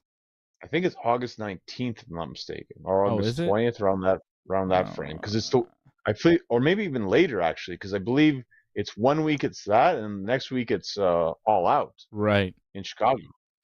I think you could wait and see. I mean, Sting and Jericho might have just finished up on Dynamite. They might be going in different directions, both guys. I don't know. But Sting will be right. He said it at the media scrum after Forbidden Door. He will be at All In, and that won't be his retirement too. So, okay. Well, why would he retire? He's looking great. Well, when you think about it, Wembley Stadium, it's not going to get any bigger than that in terms of an audience. So, that's not a bad place to go out too, right? Mm-hmm. But he says that's not going to be it. So, wait and see. Elsewhere on Dynamite, Jon Moxley beat Tomohiro Ishii in the opener. I'm kind of over these matches between these two. I've seen it quite a bit, and it seems like always the same. But for the most part, I didn't mind this match because they brought a lot of hard-hitting action to each other, and I respect that. I'm not a fan of the whole And this was a huge problem again with the pay-per-view Forbidden Door. The whole I'll let you hit me, you can hit me back kind of thing. Like there's way too much of that. One. And the fact that it goes on for so long. Like I appreciate chops, but when you start doing chops back and forth and oh now you get to hit me with the chops, it's like well, why does it lower in the sense of like we went from a fight to like now we're just gonna hit each other for fun. Like Yeah, it really who takes falls. you out of it. It's like Rochambeau they're playing with chops, right? I hit you, you hit me. Let's see who falls down first. And like I was maybe it's a thing in Japan. I wasn't a fan of that whole double clothesline. They just collapse thing. Like yeah, was that a New Japan spot or something? Or? No, I think that's just a Jon Moxley spot. Okay, I wasn't a fan of that, but I appreciate again a lot of hard hitting action, and Moxley bled. Not you expect that, but again appreciated. Moxley bled. What a surprise! It's appreciated though. Eddie Kingston was in the corner of Ishii while Claudio and Wheeler were in Moxley's corner. Moxley bumped Eddie's shoulder on the way out of the match, and Eddie was saying some things to Moxley, and Moxley was yelling things back at Eddie. Eddie is mad that Moxley is hanging out with Claudio because Eddie doesn't like Claudio.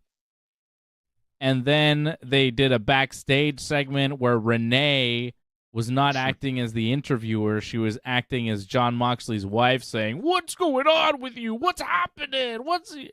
It was like Renee's acting debut. She didn't like the rift between him and Eddie Kingston, who are apparently longtime close friends, even though, whatever.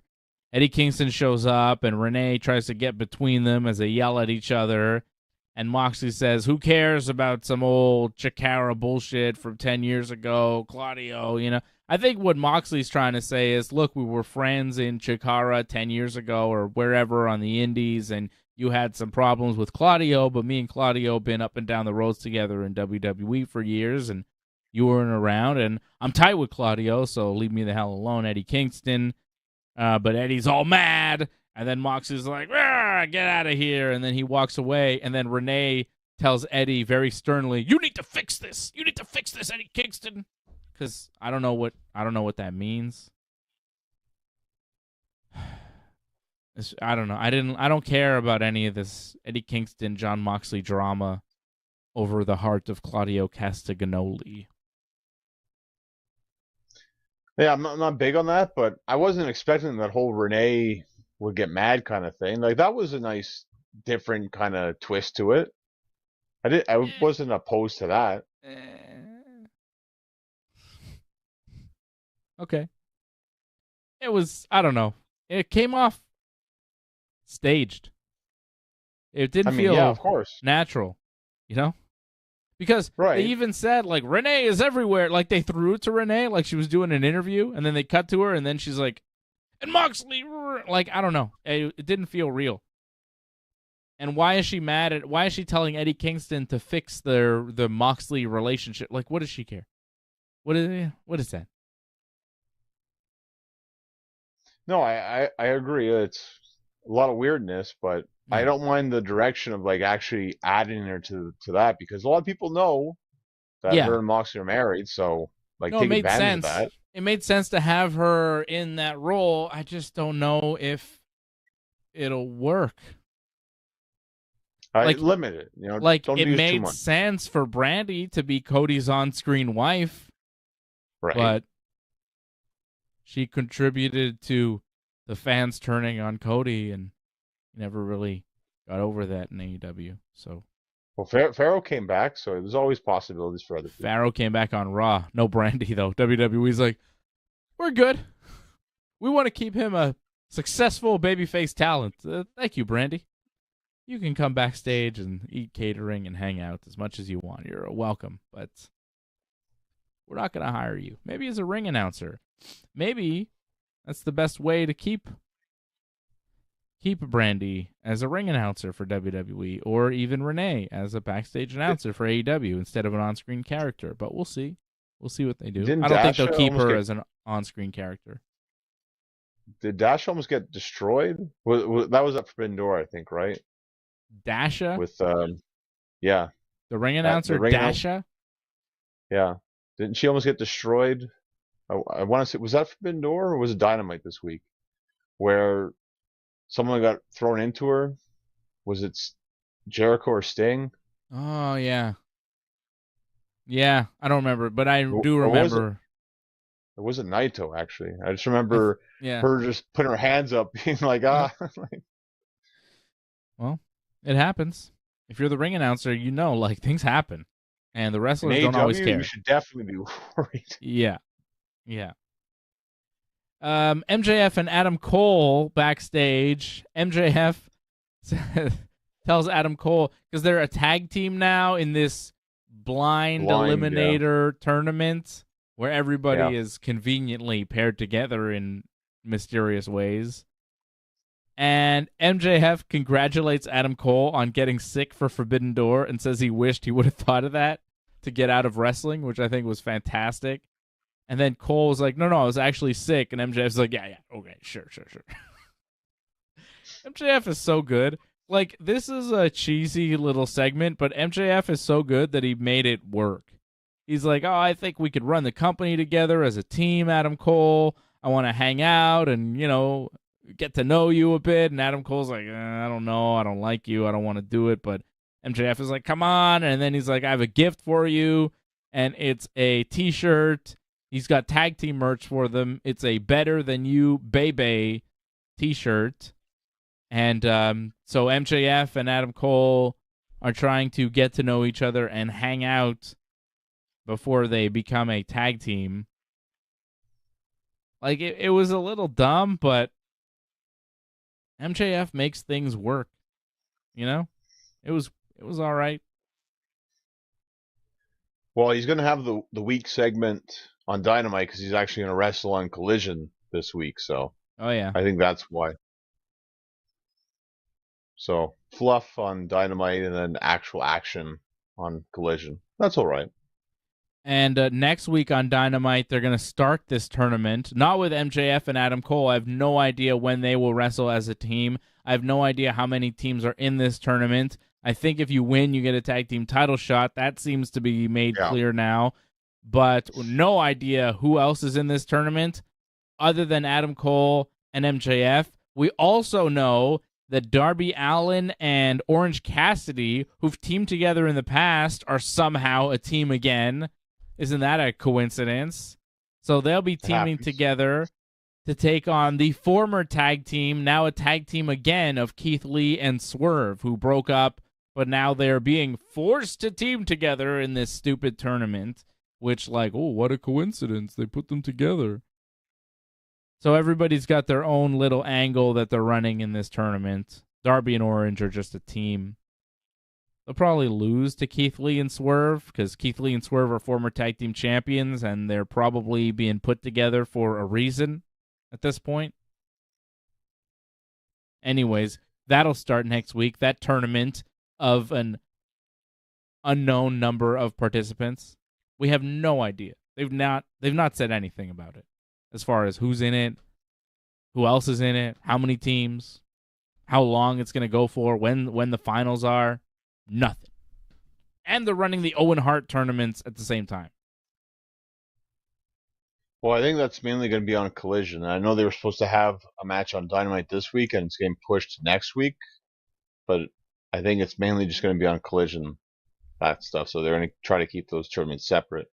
Won't happen next week, though, because I think they're actually going to have Britt versus Ruby happen next week.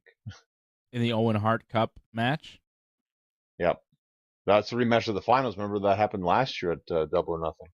So this was supposed to be a match on Dynamite this week, but whatever illness Adam Cole had, Britt Baker had. So she was not able to be at Dynamite to wrestle her match with Ruby Soho. Ruby Soho instead wrestling Alexia Nicole. The name sounds familiar. I don't know who she is, but I've heard the name. She's Canadian. The Canadian Independence, yeah. Mm-hmm. I don't know. She was there. this point in the match. Like they didn't give her anything. Like No. just this, like Jeremy had a better match because at least it was to the point. This was just like, I'm gonna beat you up. I'm gonna drag this out, and then I'm gonna use Britt's finisher, make it even longer. Yeah. And then do a longer promo. Yeah, the promo was longer than the match. I thought the promo was pretty good, though. She says Britt Baker was supposed to be her opponent tonight, but she's sick because of filthy, disgusting, germ-ridden Canada, because they were in Canada, as they are all month. Ruby says Adam Cole didn't show up at Forbidden Door, and now Britt Baker's not showing up, and she hopes that they never have kids because they will be weak little bastards, which was rough. It's all right to be rough in promos. It's okay. I mean, yeah, it was solid, rough line that enhanced the promo. Ruby says Britt is a shell of her former self and doesn't have fans anymore because they shit on her if she sneezes in the wrong direction. And she's going to beat Britt Baker next week and advance in the tournament because she's not the same as she was last year when she lost to Britt. I thought it was a solid promo from Ruby Soho. It was believable. It had intensity. It was pretty good. It was good once she got her breath. Like she seemed a little bit tired at first, and like she's huffing and puffing a little bit. But once she got through that and like started getting to actually talking like normal, then it was good. Then they were off to the races there. So maybe they just needed to give her more time or whatever. But yeah, once she was set, she was all right. She had real fire, real passion. I liked it. She's not delivered memorable promos,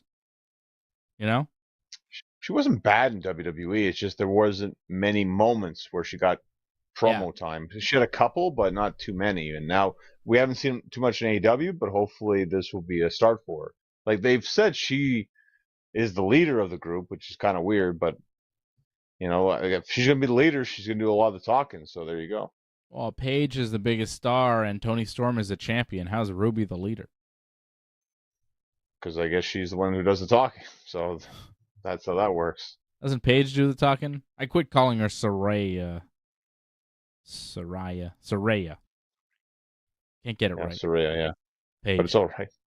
Anyways. Keith Lee, Orange Cassidy, and Vikingo beat Daddy Magic, Cool Hand, and Daniel Garcia. Lee got the pin on Magic after a big slam thing. This was not bad.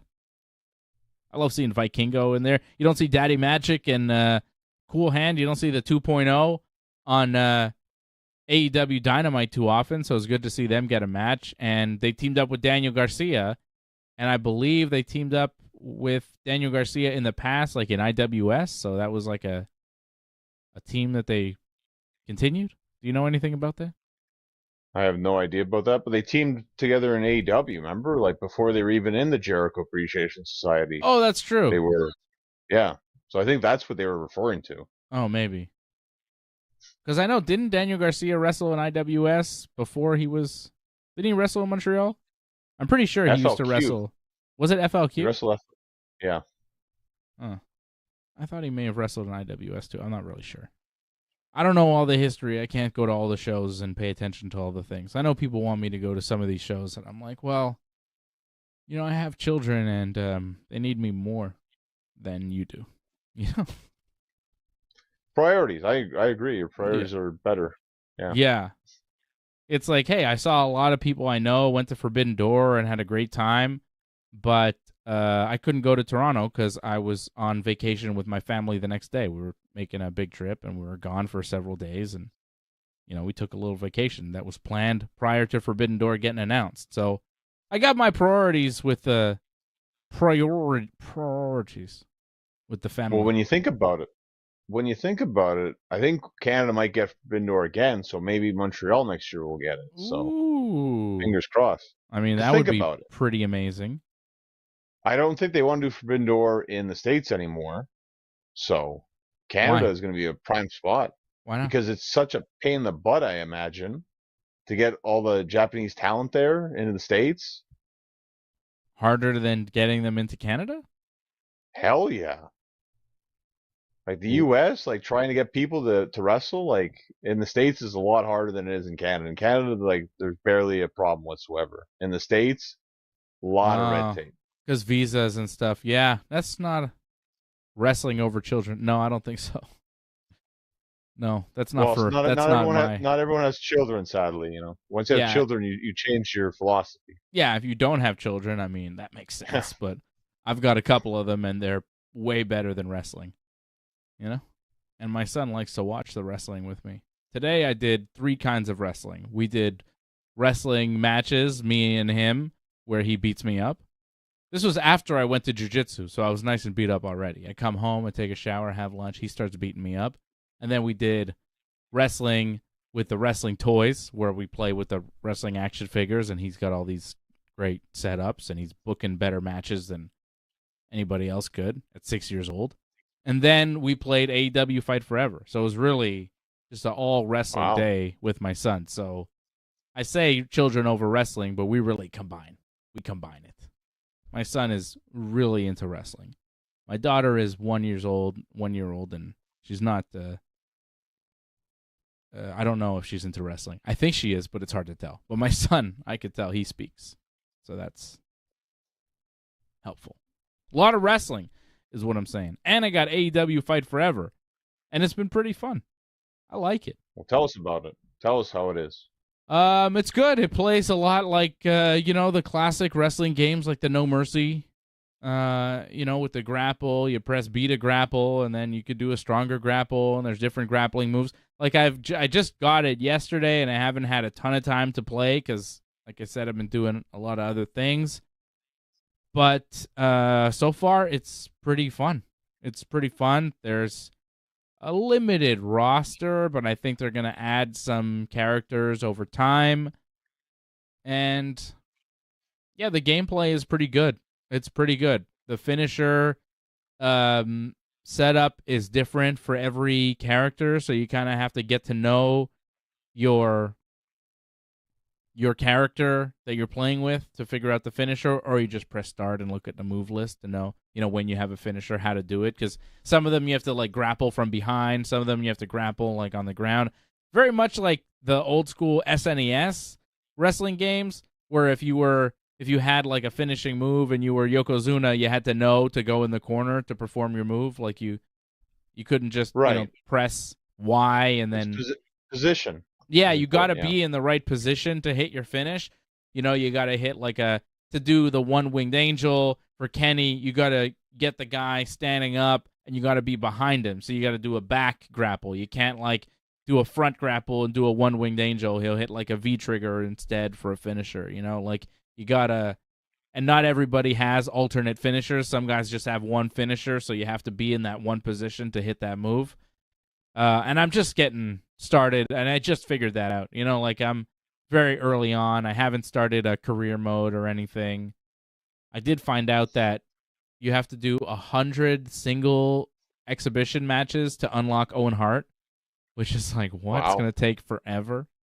And yes, I did try the exploding barbed wire match, and it was super fun. Explosions, blood everywhere. Crazy. Super fun. Blood everywhere. Ooh. Yeah. Not too good for your son to see that. Well, I mean, I explained to him that we have blood in us, and when we get cut, we bleed. It's what happens as a human. I think he should know the reality of human existence. I don't think it's so crazy. I mean, it's part of the show. He knows it's part of the show. He doesn't love it. He's like,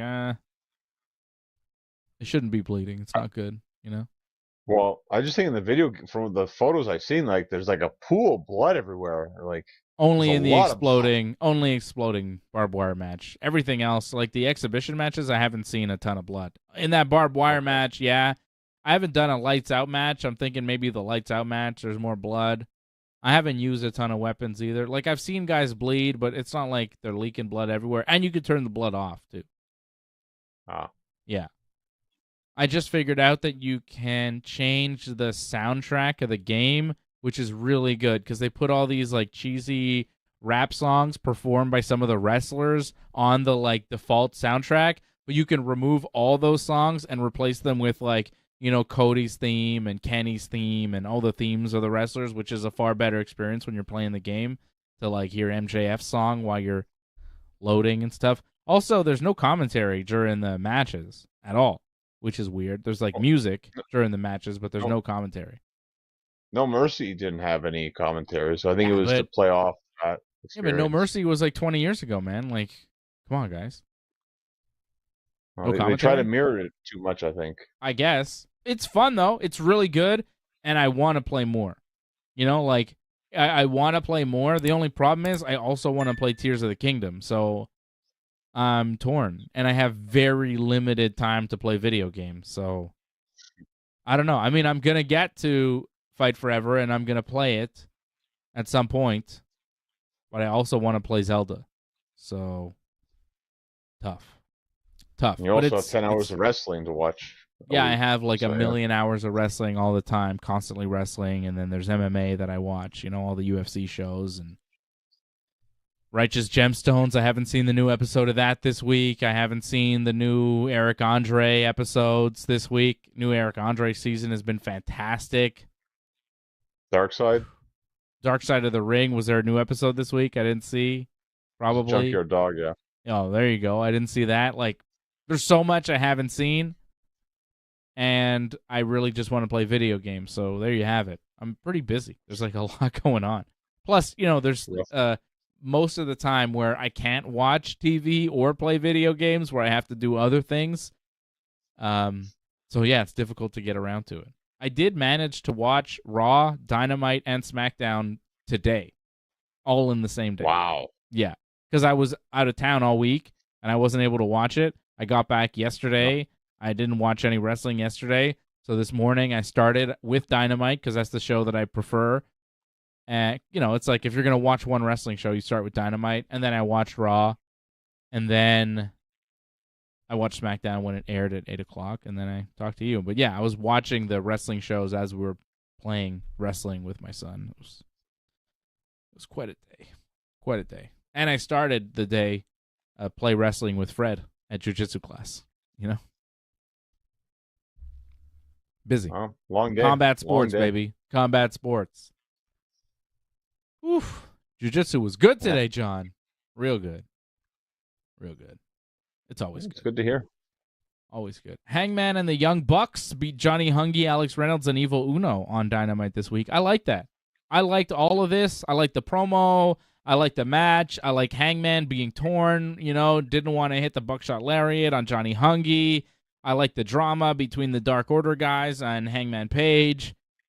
I like it. I like the conflict of Hangman, the inner turmoil. I thought he sold it well. I thought the Dark Order guys did a good job. I thought the Young Bucks did a good job of selling the story in the match. It was nice. It was a strong showing. And I feel like now with Punk being on Collision and kind of making it his show, and the reason for that is because he can't intermingle with the Young Bucks and Kenny Omega and Hangman Page, I think we're going to see more and more of Hangman and the Bucks making Dynamite their show. And we're going to see more of them on it, which is good because they are good. So I liked everything that happened.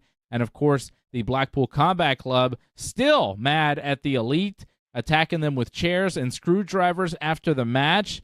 The Dark Order guys looked but decided not to help their former friend Hangman Page. They feel that Hangman abandoned them, abandoned their friendship to go back with his friends, the Young Bucks and Kenny Omega, even though the Dark Order was always there for Hangman, always there to support Hangman, and they feel that he has not returned that support back to them. Takeshita and Don Callis also showed up to beat up on the Elite. Eddie Kingston tried to make the save. He was the one guy that tried, but he got beat up too. And then Jon Moxley challenged the Elite to a blood and guts match on the July 19th edition of Dynamite in Boston, which I'm guessing will happen. I'm just not sure who will be in it. Who will wrestle in this match? Will it be Moxley, Claudio, Wheeler, and Takeshita to replace Bryan Danielson with versus the Young Bucks, Hangman Page, and Eddie Kingston? and there'll be no Kenny Omega? That seems to be what it'll be, right? 4-on-4? That's what it seems like. Because, yeah, I don't think Danielson will be ready to go. And Kenny is a huge question mark. I have no idea, like, if Kenny is coming back anytime soon or taking time off. Like, they didn't really talk about Kenny at all, did they? No. He lost to Will Ospreay at the pay-per-view, was not mentioned on Dynamite. Is he okay? Well, I imagine he's, not too banged up. You would think a big thing would have came out about that. Yeah, I think that huge thing Tiger Driver 90 whatever. Do you see that thing on his head? He got dropped right on his head. Finished. I mean, he took a lot of rough bumps in that match. That was brutal. Well, I'm not saying he's not banged up, but I'm not saying he's going to need surgery or anything. I think Brian's probably worse off because Brian broke an arm and apparently it's worse than they thought. So more than likely he's going to miss All In. Where I could see Kenny come back for All In. It's just, do you want to throw him into blood and guts so soon after that? Maybe you don't need to do that, I think, for him. I guess you wait until after that to bring Kenny back. Maybe Kenny's taking time off. I don't know. It was weird to not see him. Especially, they're in Canada.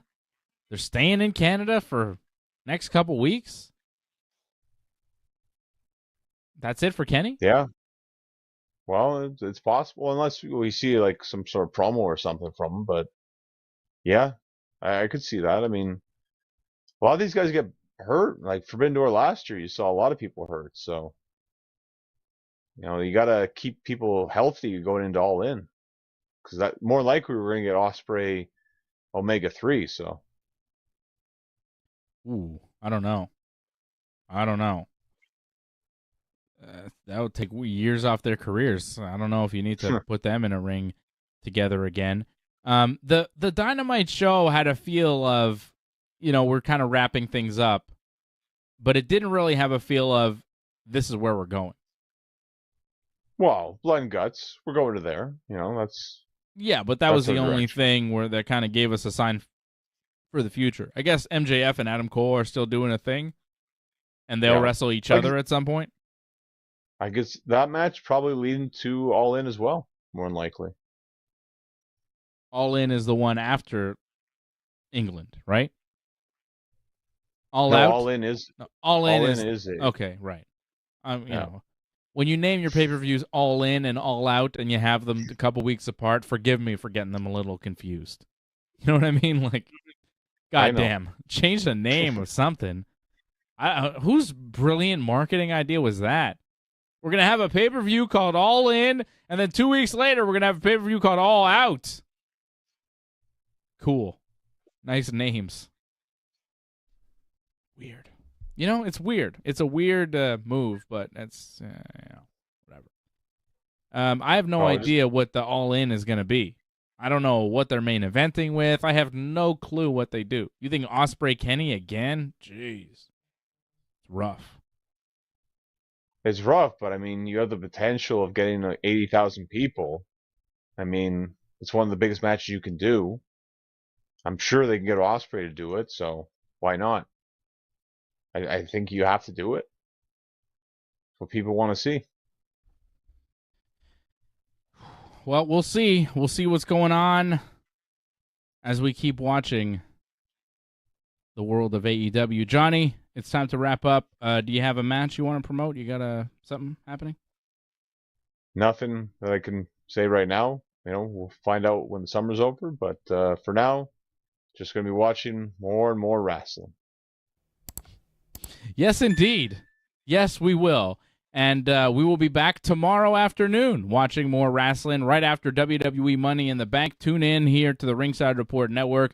Well, we will be watching Money in the Bank and recapping all the action with you. We want to know your thoughts. Give us your match of the night, your pay-per-view score on 10, and we'll do it. My brother will be here. Johnny will be here. We're going to have a whole big show tomorrow afternoon. I'm guessing around 6 p.m. Eastern Time, right after WWE Money in the bank. And I want to give a shout out to everybody tuning in tonight, especially the members over at join.ringsidereport.net. Join.ringsidereport.net is where you want to go. Support the Ringside Report Network. $5 a month supports the channel a great deal. And I want to thank Matthew Henley, Ray Cruz. What other members did I see in the chat tonight? Derek John, of course. Longtime member, longtime supporter, Derek John. Harold Schneider, who's been a member for 25 months, says Hogan can't climb a ladder. Yeah, I don't think Hogan will wrestle, but for Roman to beat Hogan, I think would be a lot of fun. I think that would be a cool way to break the record by beating the Hulkster himself. You beat the record by beating the man. I don't think it'll happen. But shout out to everybody tuning in tonight. CSL Lauren, Alex Taris, Chris Dopsy, and everybody checking us out here on the Ringside Report Network. We will be back here tomorrow afternoon, right after Money in the Bank.